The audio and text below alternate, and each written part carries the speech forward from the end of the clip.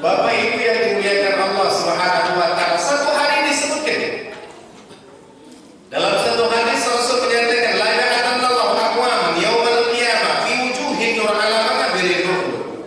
Di akhirat kelak kami akan bangkitkan beberapa kaum, kata Rasulullah, yang wajah-wajah mereka bercahaya bagaikan bulan purnama di atas mimbar-mimbar permata.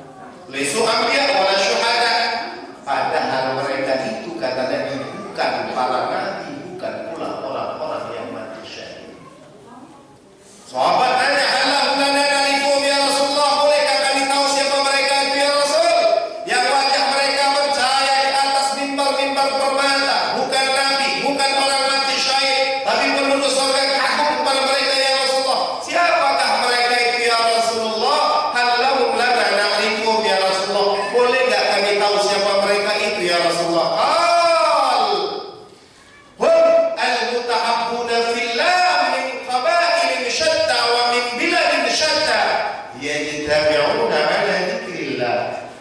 Mereka itu orang-orang yang saling bercinta karena Allah, yang mereka berasal dari tempat yang berbeda, kemudian dari suku yang berbeda-beda, namun kumpul mereka untuk membesarkan Allah.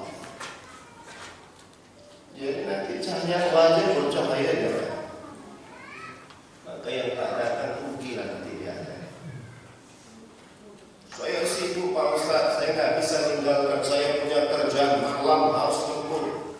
Saudara, Anda hari ini mengatakan sibuk dengan alasan tidak ada yang menggantikan saya.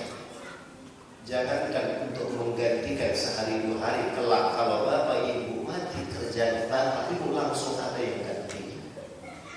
Kan kita sering beralasan tidak bisa.